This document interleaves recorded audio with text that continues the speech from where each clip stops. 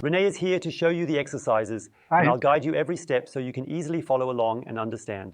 We begin, Renee, kindly go down, sit over there, and position your feet in that direction.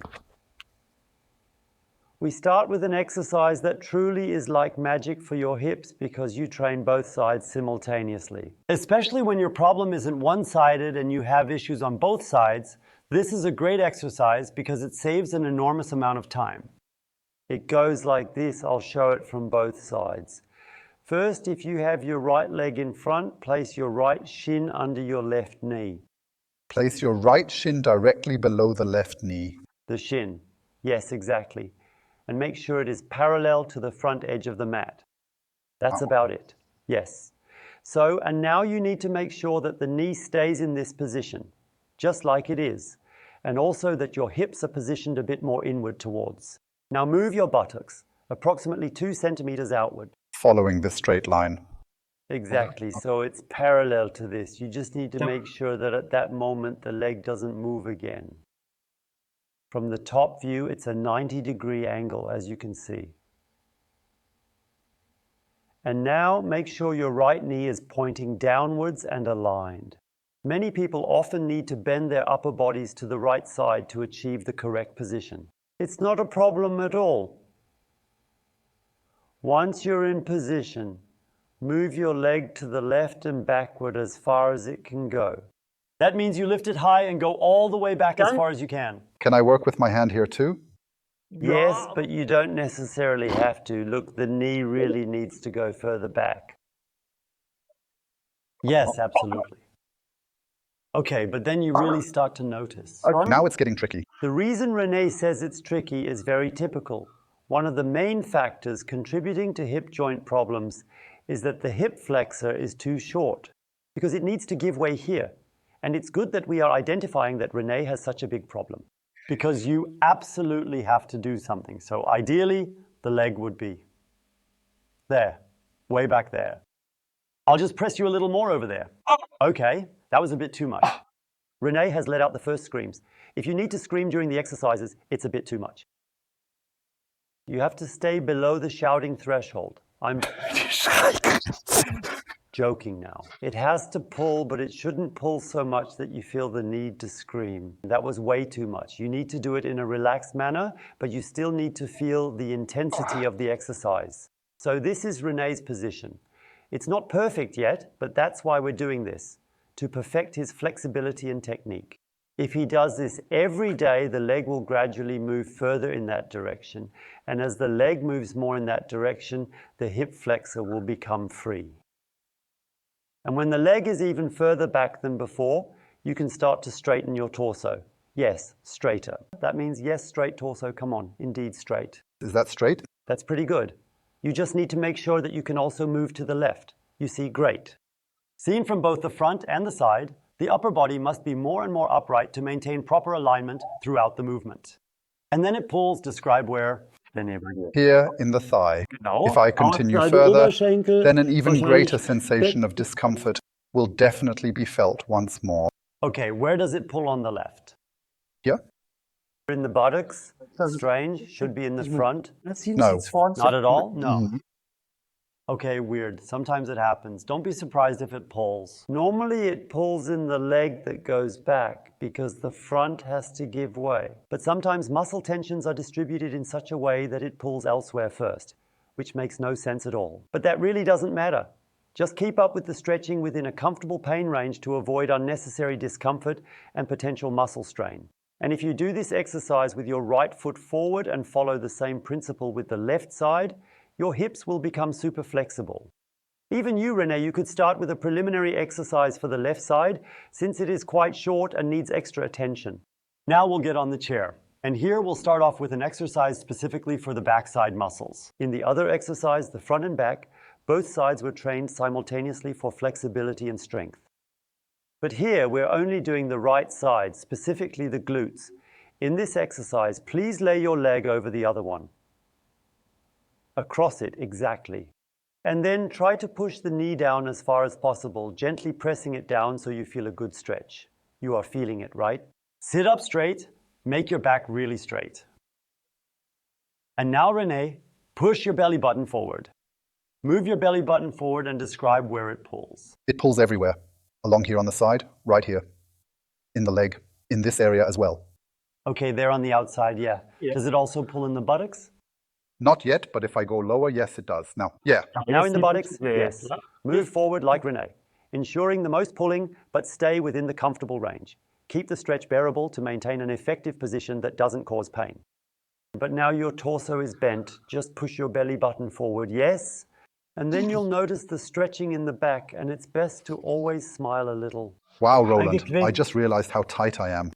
That's good then. Oh God, that's good then. Yeah, then you know what to do. Whenever you notice you're tight, that should be a sign. Therefore, every single morning, do an exercise routine that you probably haven't been doing as consistently as you should have. But look, you're arching your upper body again. That way it won't be as efficient. It only works if the navel goes forward. Only the belly button has to go forward. Your chest doesn't matter. It goes along automatically. Just the belly button. That's the second exercise. Very intense for the glutes, and combined with the other one from earlier, it's great.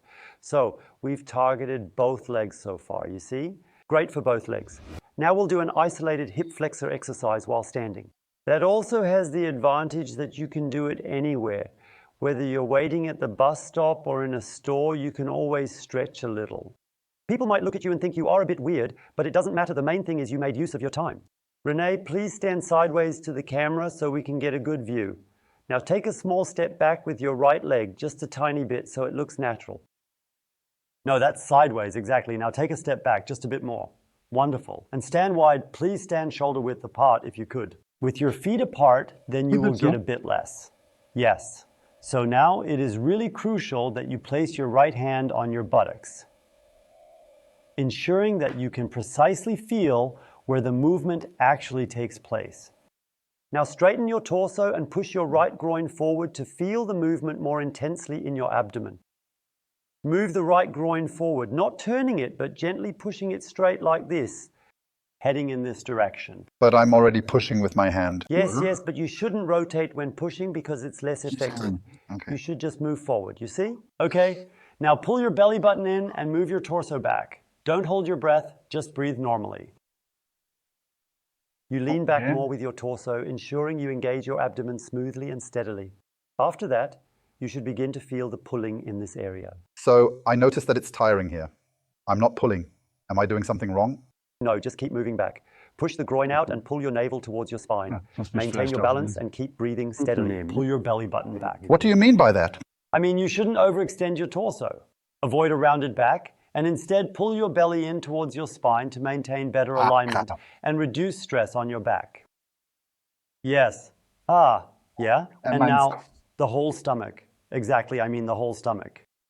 Up here, you don't really need to worry too much about it. Focus more on actively pushing out the front, and now you need to slowly start pulling from the front as well. Yes, exactly. And now you're at the hip flexor. You can also do it by holding onto the wall just a little bit. Normally, when you move your pelvis correctly forward, staying back here will mean you have to overstretch backwards for an extended period of time. But if you move your pelvis forward, as I mentioned at the beginning, you don't need to fall back that far. Yes. I can notice it. And the leg must stay extended. Yes, exactly. Then you'll slowly start to feel more and more. It's good that we see it this way, so you can easily replicate it at home. This is in this area where you can feel the hip flexor, and you do this as well for 2 to 2.5 minutes, just like the other 2 exercises we did at the beginning. Then slowly go back out. Now we'll show you a special application with the back hero. We'll now turn this into a hip hero because the exercise you can do with it is also great for the hip flexor, just like the one we did while standing. But now you can go ahead and train both of your hip flexors simultaneously, and you're just lying there relaxed, letting gravity do the hard work for you. Renee, please lie down flat on the mat on your back. Nice and easy, right? Yes, precisely. Now push yourself up using your legs. Instead of the back hero, you can choose another tool. Now gently slide the back hero under your sacrum for proper support. Sacrum, where was it again? Above the coccyx. Exactly. Okay, if you don't have the back hero yet, please just take a few books and stack them to a height so that when you put your legs together, It starts to pull in this area. It can pull in the back, the hip, the front of the abdomen, and a bit in the groin region, sometimes causing discomfort that can be bothersome. You have to feel into all of that and then carefully limit it to the precise level of tension that is still bearable for you to manage effectively. So can you feel right now how it's pulling? Stomach hurts. Super good. Yes, super good. When you then notice that the pulling becomes less over the course of these 2 to 2.5 minutes of exercise time, now slowly move your legs apart a bit. Like this? Yes. Do you already feel it pulling more? Not now, no. Now, right now. Exactly. Oh, right now. Oh, yeah. Genau, then stay there. Oh, too much. Yes, go back. You're too restless. Back. Out. So go back a bit. You really need to work very consciously and carefully with the back hero, because it creates an intense stretch that you sometimes don't notice right from the start. So really feel into it so you don't overdo it. Now I'm going to show you a simple exercise that's also very, very effective in making you feel better in the long run. Just go into a wide stance. Renee, please turn your back to the camera so that it can be seen well. Hold on just a little bit tighter. So you start just like Renee, but it's very, very crucial that you stay completely upright and you essentially pull your buttocks forward in a smooth and steady motion, ensuring proper form. Exactly. So don't stretch backward or arch your lower back. Instead, move forward to keep yourself straight here. And try to stand as straight as possible overall. The legs must be straight and the torso must also be straight, okay? And now, Renee, could you please slowly shift your weight a bit more gradually and gently backwards onto your right heel? And you point your toes outwards, then gradually and carefully shift a little bit more forward onto your toes and lift your heels off the floor. Yes, and you keep doing that, but be careful. You're leaning too far forward, which means you're about to slip backwards. Move the chair a bit closer to you. Yes, just like that. So you can stay nice and straight, get out of the hollow back, not the hollow back. Ah, yes, like that. Because that's the limit of the exercise, so to speak. And where do you feel the pull now? Yes, and it's already shaking. Renee is already at an intensity that is too high. Step out, Renee. Yes, stay like that. Does it still look the same? No. Fixed. Then go in a little bit, but not as intensely as before. Very gently, as far in as it goes. It's shaking again. Yes. Okay, now you've got some tension. I can see it on your face. But be careful with the hollow back. You always have to avoid that position. For most people, the hip flexor is so short that even in a wide split, it can still cause issues. Where it normally doesn't get engaged is also stretched. And this is a wonderful exercise because the adductors, the muscles on the inside here, also have a lot to do with excessive tension, where the hip osteoarthritis comes from. So the hip flexor, if it's too short, it causes several problems. So if we go on and stretch it, the thighs, the adductors, and other muscles in the area are also gradually and carefully released, and then slowly release. And now it gets exciting because we are doing the fascia roll massage. And if you don't know them yet, you have to try them because you'll love them so much that you'll willingly do them regularly, I'm pretty sure. Especially if you have issues in the hip area like hip osteoarthritis, pain, or even sciatica, use the midi ball here. Otherwise, use a similar one if you don't have them yet. We'll sit on this medicine ball. Renee, stay as you are, lie down, sit with your right glute on it, and support yourself again. Make sure you're comfortable and balanced. Adjust if necessary, and let the ball relieve tension. You can control the pressure, okay? Like this.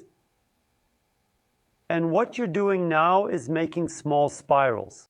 And look for spots in your buttocks where you notice, ouch, that really, really hurts a lot. Does it matter if I go from right to left or left to right? Ouch, that hurts a lot. Okay, now he found something. Yes, I'll stay on it. No, you don't stay on it. Instead, you make very, very gentle, slow movements exactly in this area to avoid any potential issues. And if it's too much, I can clearly see it in your face, it's too much, then push yourself gently with your left foot, not with your right one, because that would really tighten up the back muscles. With your left foot and with your hands, push yourself up a little.